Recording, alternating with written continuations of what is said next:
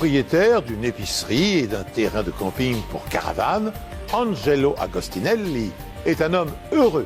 Il vit avec Gina, sa femme, depuis 12 mois.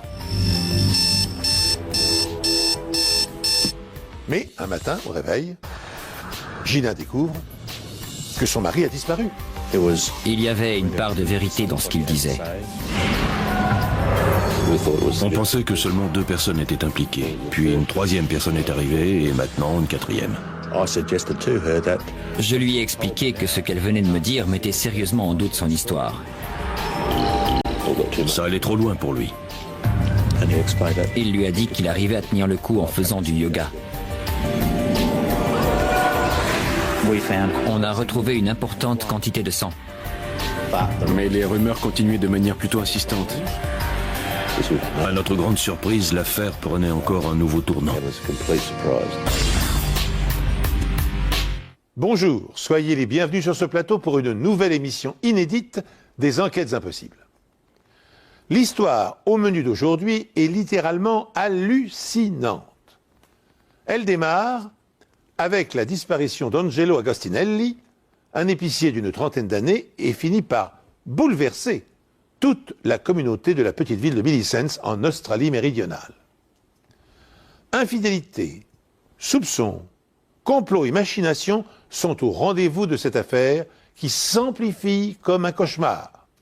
Enquêteurs, criminologistes et experts scientifiques parviendront-ils à percer les secrets qui plombent et endeuillent la bourgade?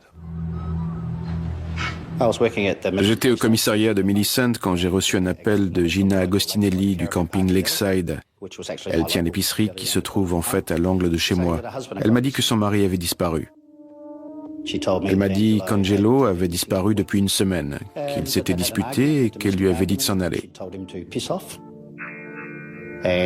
J'étais un peu inquiet qu'il soit parti une semaine, mais elle m'a dit que ce n'était pas inhabituel. Il était déjà allé quelques jours en février à Adélaïde pour voir ses amis et sa famille après une autre dispute. Elle n'avait pas eu de ses nouvelles pendant 2 ou 3 jours et là, elle pensait que c'était la même chose. Je pensais que c'était un couple heureux.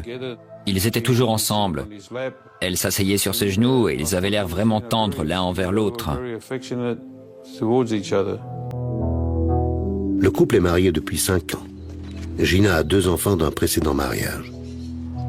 Je me suis dit qu'Angelo et Gina avaient eu une petite querelle d'amoureux, quelque chose comme ça, et qu'ils avaient seulement décidé de partir quelques jours pour se changer les idées. La famille nous avait dit qu'il était déjà parti une fois et qu'il était venu jusqu'à Adélaïde pour les voir, donc ça ne les surprenait pas tellement. Mais cette fois, Angelo n'a rien emporté avec lui. Il a juste pris son téléphone, il a appelé quelqu'un.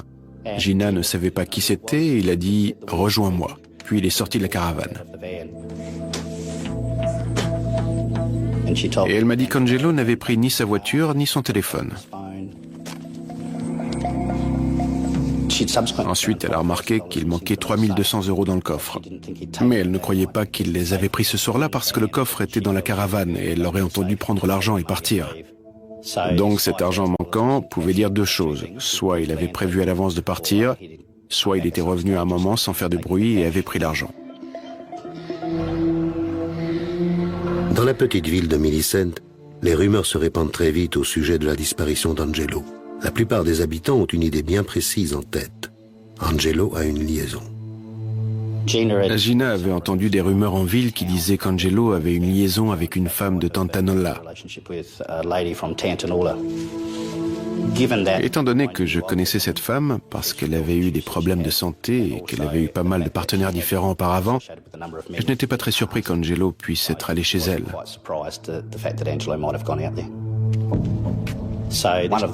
L'une des premières choses à faire était d'aller à Tantanola et vérifier si quelqu'un l'avait vu à cette adresse. J'ai frappé à la porte, j'ai regardé autour de la maison, mais il n'y avait personne. J'ai parlé à des voisins qui m'ont dit que la dernière fois qu'ils avaient vu cette femme, c'était la semaine précédente. C'était très intéressant parce que ça correspondait au moment où Angelo avait disparu. J'étais sûr que le mari était seulement parti parce qu'il s'était disputé. Je m'attendais à ce qu'il revienne, ou du moins à ce qu'on le retrouve assez rapidement et que le dossier ne reste pas en suspens, comme la plupart des cas de personnes disparues. 3 jours après le début de l'enquête, Agostinelli et la mystérieuse femme de Tantanolla n'ont toujours pas réapparu. Ont-ils entrepris une escapade amoureuse? La disparition des 3200 € du coffre de la caravane pourrait le laisser penser. Un détail cependant contrarie cette hypothèse et intrigue les policiers. Angelo n'est pas parti avec sa voiture. Et sa voiture, c'est son bien le plus précieux. Je pensais qu'il aurait pu aller chez l'autre femme, mais mon frère ne serait jamais allé nulle part sans sa voiture. Il adorait sa voiture et il adorait conduire. Il ne laissait personne la prendre. J'ai posé à la famille les questions habituelles. Est-ce qu'il jouait? Était-il impliqué dans un trafic de drogue? Avait-il des tendances suicidaires? La police m'a demandé si Angelo était suicidaire ou dépressif. Et j'ai dit non, c'était pas son genre. Mon frère n'a jamais joué, ni pris de drogue. Gina a dit qu'il était un peu stressé par le travail et bien sûr par leur dispute, mais rien ne laissait penser qu'il aurait pu se suicider. La famille décide de faire paraître une annonce dans le journal local. Mais une fois de plus, l'homme de 33 ans ne se manifeste pas. Cette fois, je commençais à penser qu'il y avait seulement 3 scénarios possibles, parce que ça commençait à faire un moment qu'il avait disparu. 1, il est parti avec l'autre femme ou la fameuse personne à qui il a dit « rejoins-moi ». 2, il s'est suicidé, ce qui est très improbable. Et 3, il s'agit d'un meurtre. Ça ne fait rien si tu ne m'appelles pas moi, mais je t'en prie, contacte quelqu'un, qu'on sache où tu es. Angelo Agostinelli a disparu depuis presque 2 semaines. La dernière fois que sa femme l'a vu, ils se sont disputés. Selon les rumeurs, il serait parti avec une autre femme. La police vient justement de la retrouver. On a interpellé cette femme, parlé avec elle, et elle nous a dit qu'elle n'avait pas de relation avec lui. Elle a dit qu'elle était allée au camping plusieurs fois et qu'elle avait parlé à Angelo, mais qu'il n'y avait rien du tout entre eux.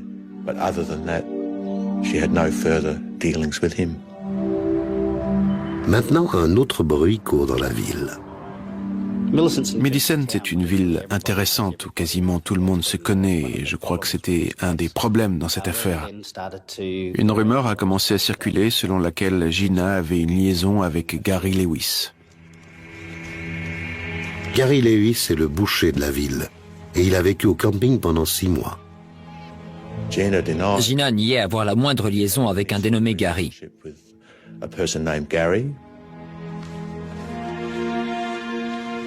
Elle disait que sa relation avec Angelo était une relation saine, que c'était un mari aimant et qu'ils avaient des disputes de couple comme tout le monde. Ils se disputaient pour de petites choses qui se passaient dans leur quartier de temps en temps.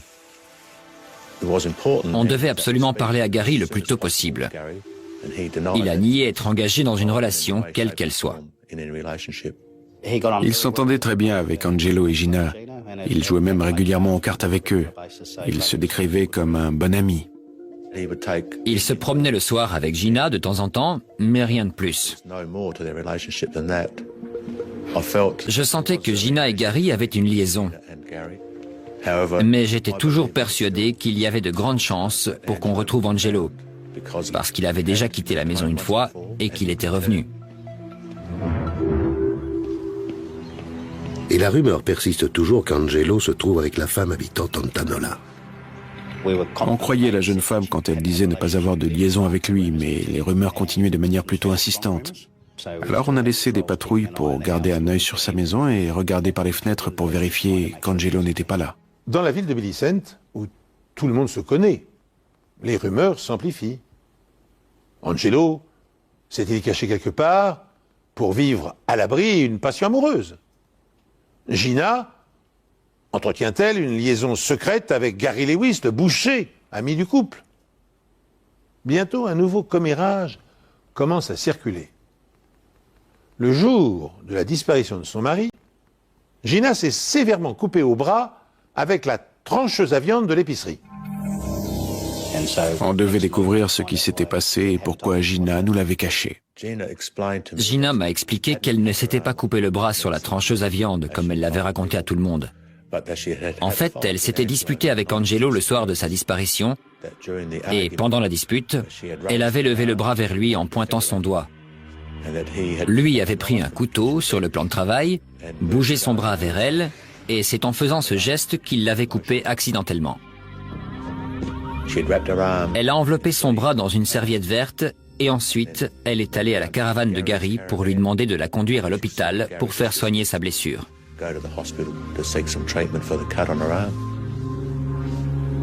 Gina nous a expliqué qu'elle ne nous l'avait pas dit avant parce qu'elle ne voulait pas qu'Angelo ou sa famille aient des problèmes.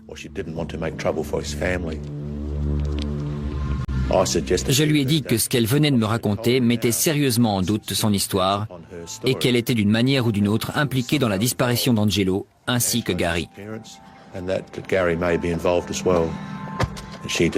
Elle l'a fortement nié et soutenu qu'elle disait la vérité. Grâce aux analyses médico-légales, la police espère découvrir rapidement la vérité.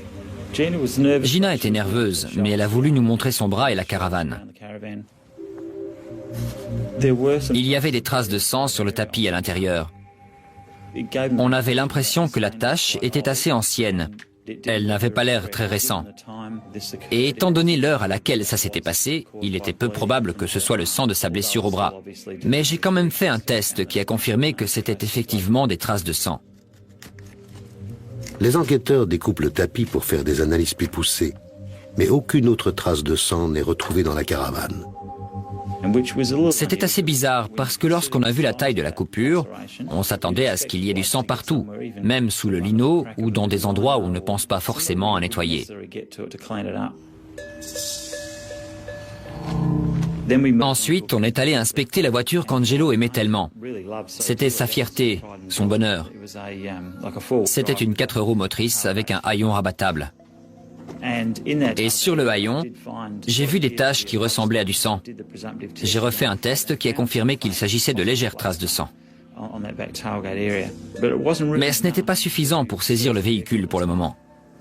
Donc on a juste refermé la voiture et rendu les clés. La fois d'après, quand Gina m'a téléphoné, elle était assez énervée. Elle m'a même demandé de dire aux enquêteurs de la laisser tranquille parce qu'ils s'en prenaient à elle, qu'ils pensaient qu'elle était impliquée dans la disparition d'Angelo. Elle me répétait sans cesse qu'ils devaient chercher au bon endroit. Je lui ai demandé c'est quoi le bon endroit et elle a juste continué à dire le bon endroit. Elle ne m'a rien dit de plus. Les enquêteurs continuent de surveiller la maison et la femme de Tantanola, mais ils cherchent également ailleurs. Angelo Agostinelli, 33 ans, a disparu depuis plus de 2 semaines. Il a été vu pour la dernière fois à Millicent au camping Lakeside où il vit et dont il est le propriétaire. Même si de nombreuses rumeurs circulent à propos de l'endroit où il se trouve, il n'a pas pris contact avec sa famille. Aujourd'hui, la police a entrepris des recherches dans la zone située autour du lac, mais elle n'a rien trouvé. Les enquêteurs traitent toujours l'affaire comme un cas de disparition. Pour l'instant, oui, mais on est assez préoccupé pour sa sécurité.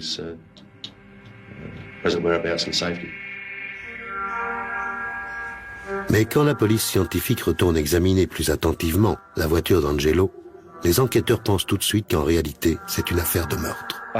J'ai eu un pincement au cœur en me disant que j'aurais dû saisir le véhicule. Je me suis tout de suite dit que j'avais fait une erreur. Tandis que les policiers essaient de faire le tri entre rumeurs et faits avérés, la thèse de la fugue amoureuse d'Angelo cède peu à peu le pas sur celle de l'homicide. Sa femme et son amant sont-ils impliqués? Pourquoi, par exemple, Gina a-t-elle caché aux enquêteurs que son mari l'avait gravement blessé au bras le soir de sa disparition? Et qui, d'autre part, a nettoyé précipitamment la tache de sang repérée à l'arrière du véhicule tout-terrain par le commissaire Filarghi? On aurait dit qu'elle avait un peu disparu. Et je me suis dit, mince, 2 jours plus tard, c'est incroyable. Donc j'ai eu un pincement au cœur en me disant que j'aurais dû saisir le véhicule. Je me suis tout de suite dit que j'avais fait une erreur. Mais avec le recul, ce n'était probablement pas une mauvaise chose, parce qu'en fait, ça a incité quelqu'un à nettoyer la tache pour qu'on ne la retrouve pas. Et quand on a regardé une seconde fois le véhicule, on a découvert du sang derrière la poignée de porte du haillon. Cela prouvait que le véhicule avait probablement été utilisé pour transporter une personne qui saignait.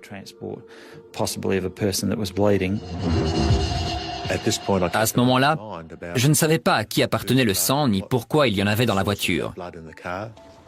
J'en ai parlé à Gina et je lui ai demandé où elle s'était assise dans la voiture quand elle s'était blessé le bras.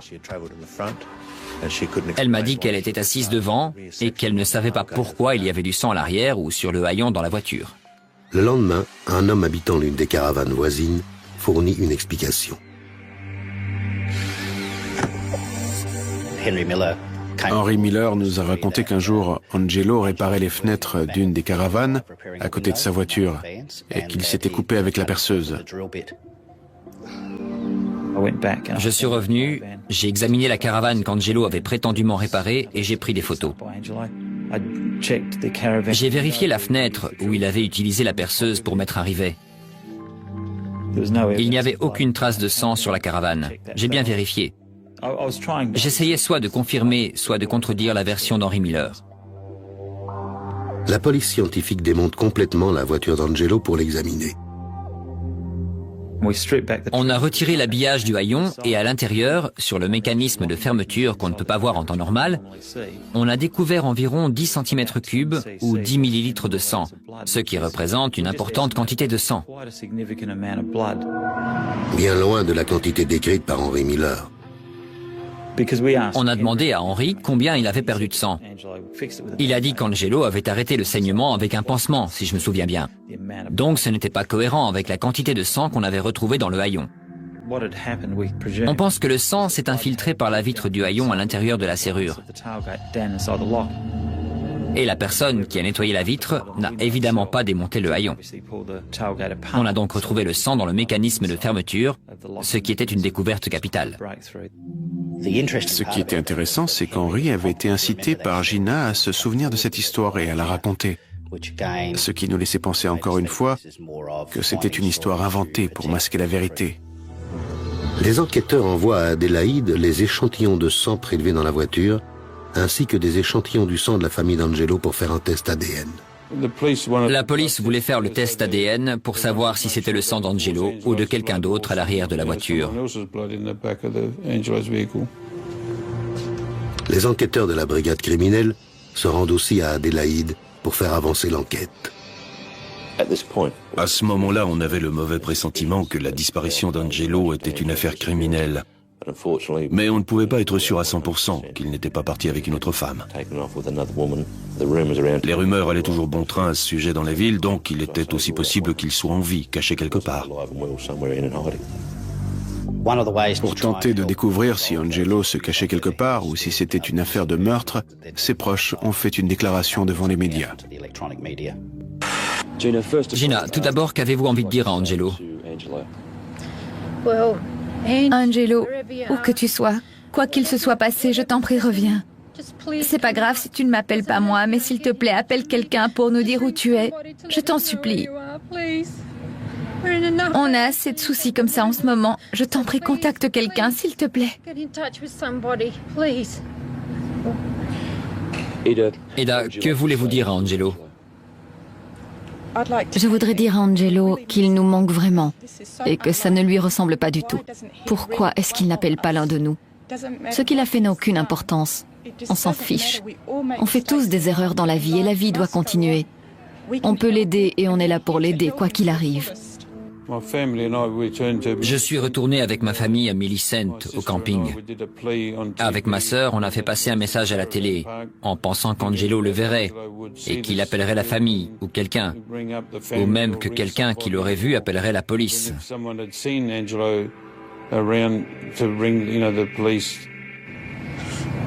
Gina, y avait-il une raison qu'Angelo parte? Non, aucune.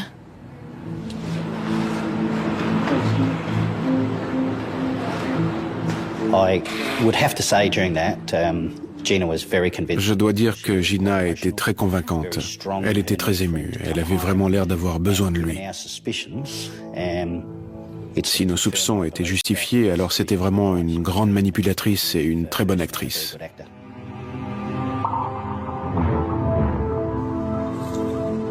Peu de temps après, Les résultats des tests ADN arrivent. Le sang retrouvé dans la voiture est effectivement celui d'Angelo Agostinelli. Bien que l'appel télévisé de Gina soit pathétique, les policiers ne sont pas convaincus de sa sincérité. C'est pourquoi ils décident de mettre sur écoute sa ligne téléphonique ainsi que celle de Gary. Ils espèrent que si le couple a comploté pour tuer Angelo et faire disparaître son corps, il échangera des informations compromettantes. Mais les conversations qu'ils enregistrent sont d'une nature totalement imprévue.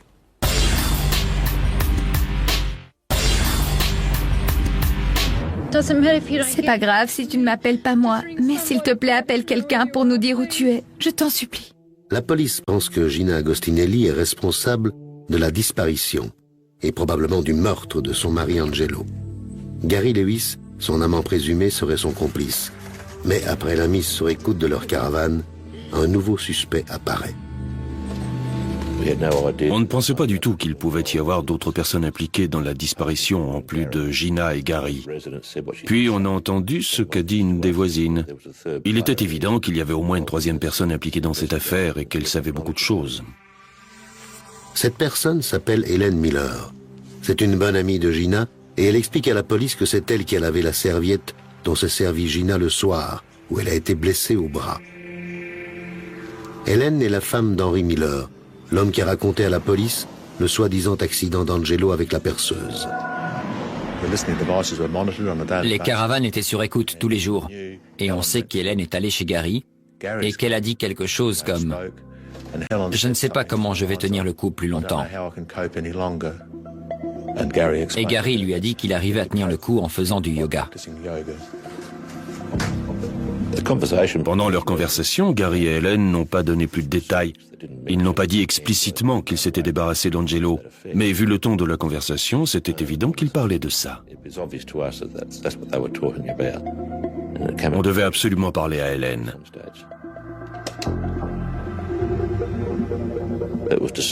Ils étaient en train de parler, donc on a décidé de laisser les appareils d'écoute plus longtemps pour en entendre un peu plus.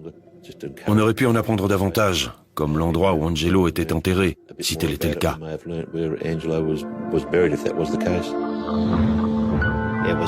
Il était temps qu'on prenne en considération l'hypothèse qu'Angelo ait été mis dans la voiture et abandonné quelque part. Donc on a commencé à chercher dans le parc national de Canunda. Les enquêteurs n'ont retrouvé aucune trace d'Angelo Agostinelli malgré des recherches approfondies dans les zones broussailleuses de Millicent, au sud-est du pays. Il aurait quitté le camping Lakeside après une dispute. Vous avez des pistes ? Je peux confirmer que la nuit de la disparition d'Angelo Agostinelli, après leur dispute, sa femme a été soignée à l'hôpital de Millicent pour une entaille au poignet. Et aussi qu'il y avait du sang dans la voiture d'Angelo. En faisant des recherches, on espérait que ça inciterait Gina et Gary à parler de l'enquête et qu'ils diraient si on cherchait au bon ou au mauvais endroit. On espérait avoir des indices sur l'endroit où chercher. Comme s'ils s'étaient entourés de précautions, Gina et Gary n'échangent aucune confidence compromettante au téléphone. Par contre, la réflexion d'Helen Miller disant mal supporter la situation intrigue suffisamment les policiers pour qu'ils décident de l'interroger. Madame Miller, si vous voulez bien, on va commencer. Dites-nous simplement ce que vous savez, s'il vous plaît. Gary est venu me voir jeudi dans la nuit, à 1h30 environ.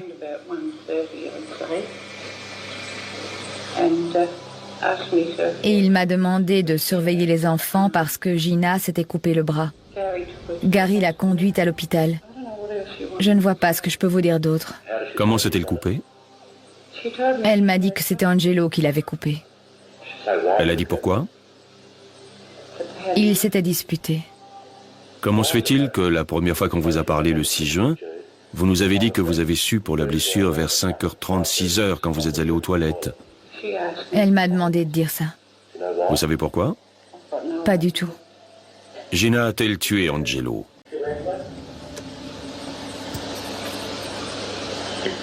Pas que je sache. Vous êtes sûr? Oui, je suis sûre. Parce que vous semblez avoir des doutes?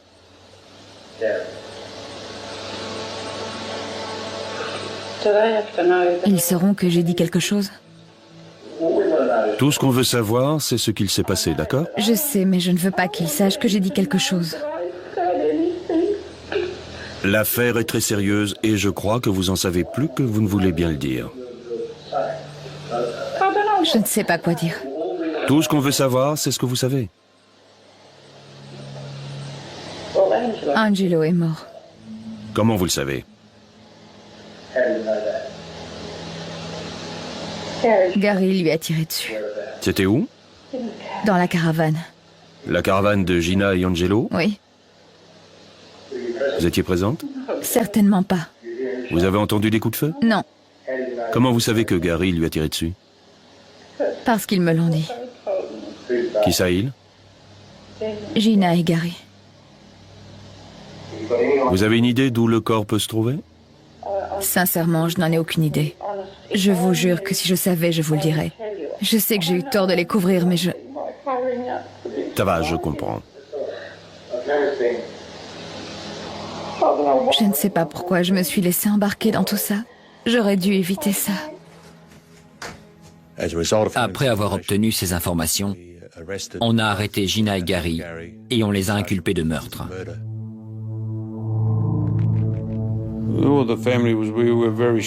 Dans la famille, on était tous très choqués que Gina soit arrêtée. Je ne pensais pas qu'elle était capable de tuer quelqu'un. Je ne voulais pas y croire.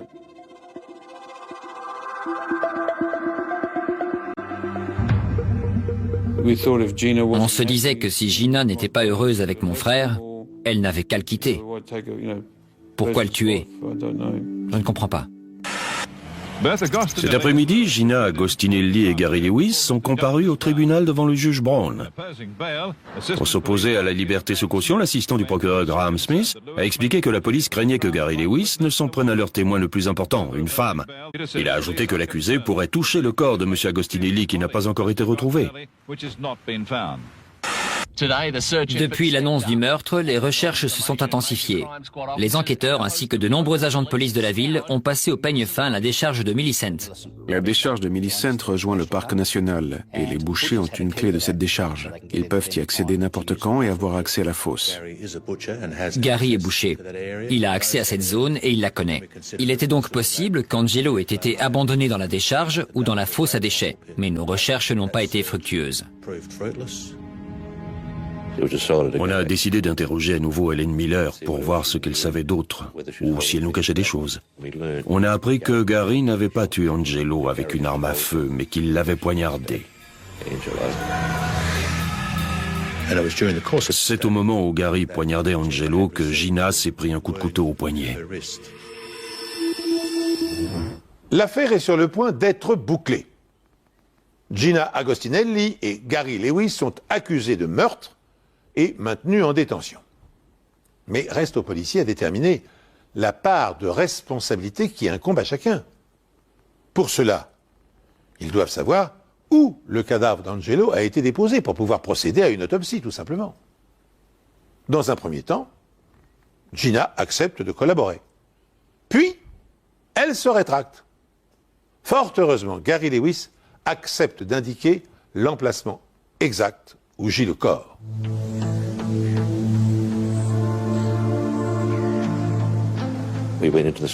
On est allé dans les broussailles, on s'est frayé un chemin sur environ 5 mètres et là on a trouvé le corps.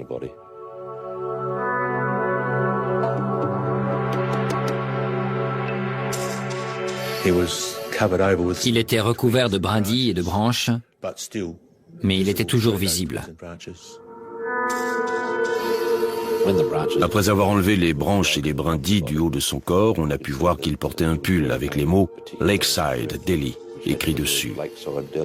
Et à ce stade, on était quasiment certain qu'il s'agissait bien du corps d'Angelo Agostinelli.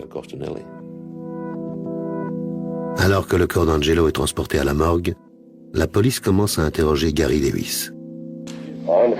Je crois que vous avez quelque chose à me dire ce matin en rapport avec la disparition d'Angelo Agostinelli. C'est bien ça, Gary? C'est ça. La police va ensuite découvrir d'autres secrets, et peut-être un autre meurtre.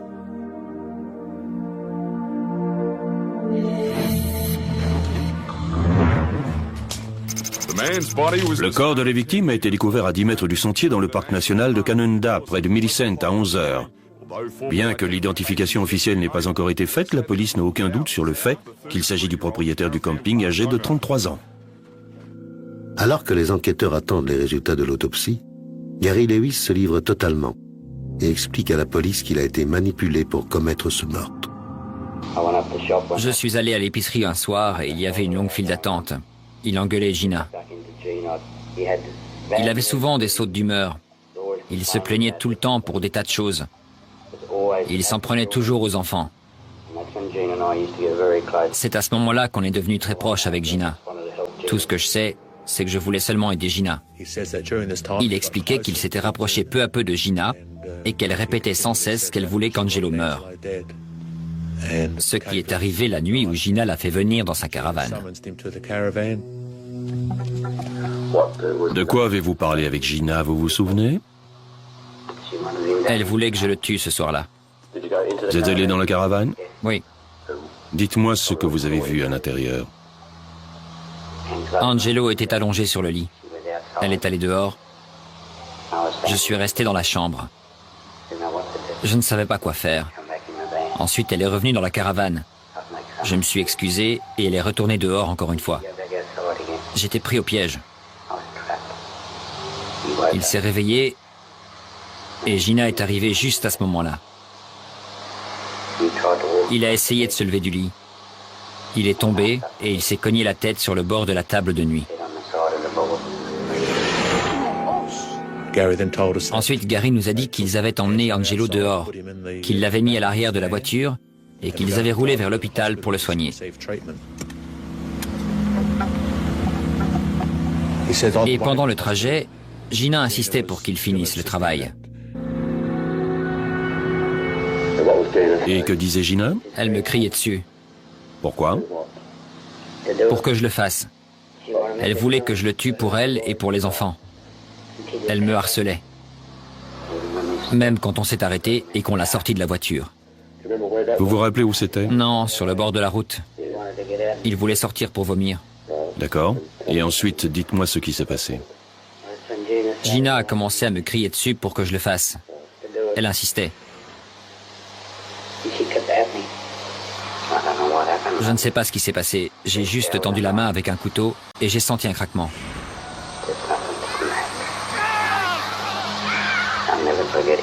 Je n'oublierai jamais sa voix. Il criait « Pourquoi tu me fais ça ?» Combien de fois vous l'avez poignardé? Juste une fois.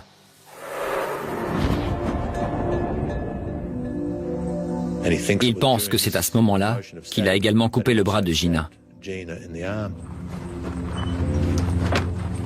Gary raconte ensuite à la police qu'il a mis Angelo dans le coffre de la voiture et qu'il l'a transporté dans un endroit où il a ensuite traîné le corps dans les broussailles.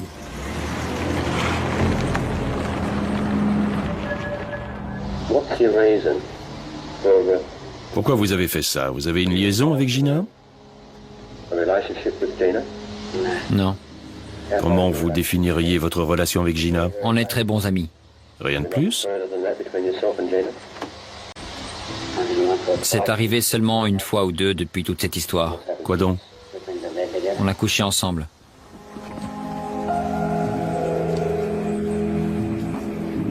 Les résultats de l'autopsie pratiquée sur le corps d'Angelo révèlent que, contrairement à ce qu'a prétendu Gary Lewis, la victime a été lardée de coups de couteau et non pas frappée à une seule reprise. Cette information donne un tout autre éclairage sur le mode opératoire du meurtrier. D'après l'autopsie, 3 côtes ont été entaillées du côté gauche, ainsi qu'une partie du ventricule gauche du cœur. Ce qui est important, c'est que toutes les blessures étaient du côté gauche de la poitrine. Et elles correspondaient à l'emplacement des marques de coups de couteau dans le t-shirt.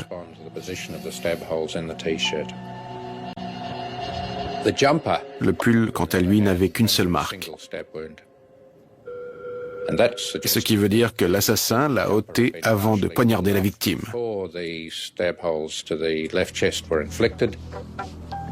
Il est possible qu'il ait donné un ou plusieurs coups après la mort, peut-être après avoir déplacé le corps.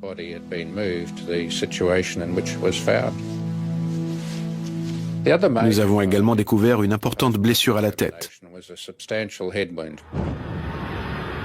La blessure est tellement profonde que ça ne peut pas être dû au fait qu'Angelo se soit cogné la tête sur la table de nuit. L'assassin s'est servi d'une arme. Pour avoir fait des dégâts comme ça, c'était certainement un marteau, mais un peu plus gros, comme une masse.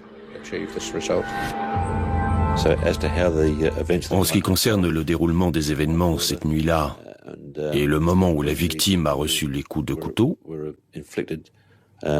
on peut seulement faire des spéculations. Je pense que Gary essayait de minimiser son rôle le plus possible dans cette affaire. Il y avait une part de vérité dans ce qu'il disait, mais à chaque fois, il essayait de diminuer sa part de responsabilité. En effet, Gary raconte aux enquêteurs que Gina essaye de tuer Angelo depuis des mois et que la femme qui les a dénoncés, Helen Miller, fait également partie du complot. Helen Miller écrasait des comprimés parce qu'elle faisait souvent manger pour eux. Et elle mettait la poudre dans des gâteaux ou dans d'autres plats qu'elle préparait pour Angelo. Qui vous a dit ça? C'est elle.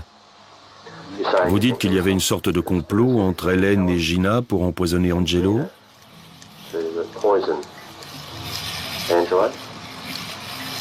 C'est tout ce que je peux en conclure, si elle mettait des médicaments dans sa nourriture. On est allé voir Helen et on lui a dit qu'elle était impliquée dans le meurtre. Elle a avoué qu'elle avait fait des choux à la crème, qu'elle avait écrasé 18 comprimés et qu'elle les avait mis dans 6 choux pour essayer de tuer Angelo. Mais la machination ne s'arrête pas là. Gary mentionne également la participation du fils d'Hélène, Adrian, dans les tentatives de meurtre contre Angelo. Son fils est allé à Melbourne une fois pour acheter de la drogue. La police interroge Adrian et il admet que c'est la vérité. Gina lui a donné 400 € pour le faire, mais une fois là-bas, il a décidé qu'il ne voulait plus être mêlé à ça. Ça allait trop loin pour lui. Il a décidé d'acheter les amphétamines. Ils en ont donné à Angelo, mais ça n'a pas vraiment eu d'effet sur lui. Je crois qu'il a juste eu un petit peu mal à la tête. Adrian a également raconté que Gina lui avait dit de façon directe qu'elle ne se contenterait pas de la moitié, qu'elle voulait tout. C'est-à-dire les maisons qu'ils avaient à Adélaïde et l'argent des assurances-vie d'Angelo. Hélène nous a aussi dit que Gina avait mis des médicaments dans le plat d'Angelo la nuit où il a été tué.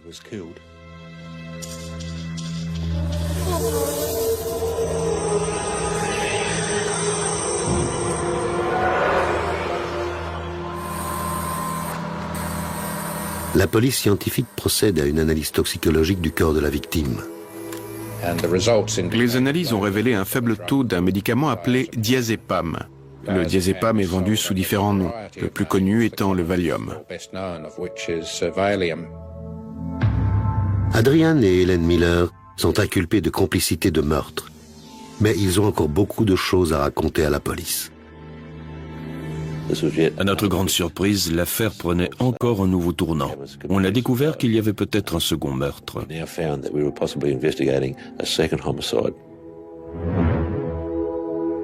Lorsqu'Angelo Agostinelli disparaît, la police ne se doute absolument pas que 4 personnes sont impliquées dans son meurtre.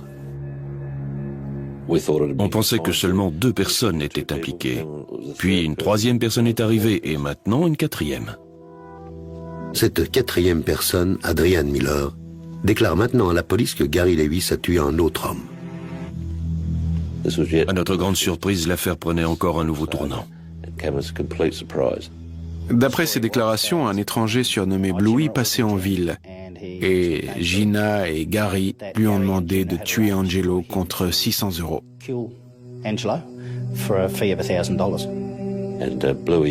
Bluey a apparemment demandé plus d'argent. Le ton est monté entre lui et Gary l'a tué. Bluey aurait été tué dans la maison où Gary vivait avant d'habiter au camping. Adrian a dit à la police qu'il était allé dans la maison et qu'il avait vu une grosse tache sur le tapis. Donc, quand les enquêteurs se sont rendus sur les lieux, ils ont pu le confirmer. Mais la tache avait été nettoyée avec des produits chimiques, donc les traces de sang étaient assez difficiles à trouver. Ils ont aussi trouvé un matelas d'eau déchiré. Adrian a dit que Gary avait tué Bluey et l'avait mis dans un matelas déchiré, qu'il l'avait sorti et enterré tout près de l'endroit où Angelo avait été retrouvé. On a inspecté le matelas, on a fait des tests et il y avait très peu de sang. Le sang n'appartenait à aucune des personnes impliquées dans l'affaire. Alors, à qui appartenait-il? On a également retrouvé un morceau de papier dans la maison avec les mots « Gina, 600 €. Ce qui renforçait notre idée que Bluey existait bel et bien.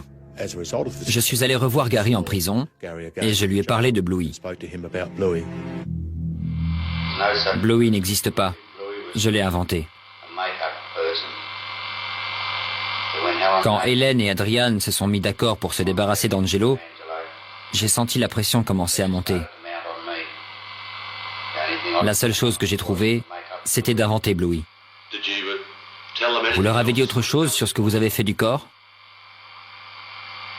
Oui, je leur ai dit que j'avais abandonné le corps sous le pont. Et vous avez mis le corps sous ce pont? Non. Bluey n'existe pas.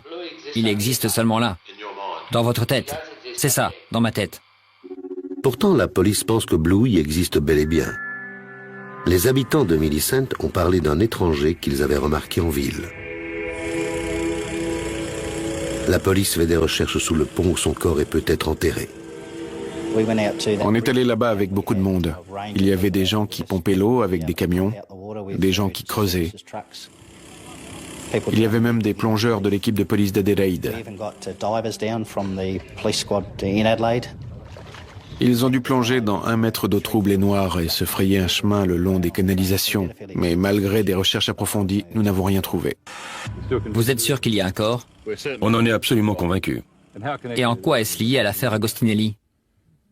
Comme je l'ai dit, ce n'est pas un lien direct avec la mort d'Angelo, mais il y a tout de même un rapport.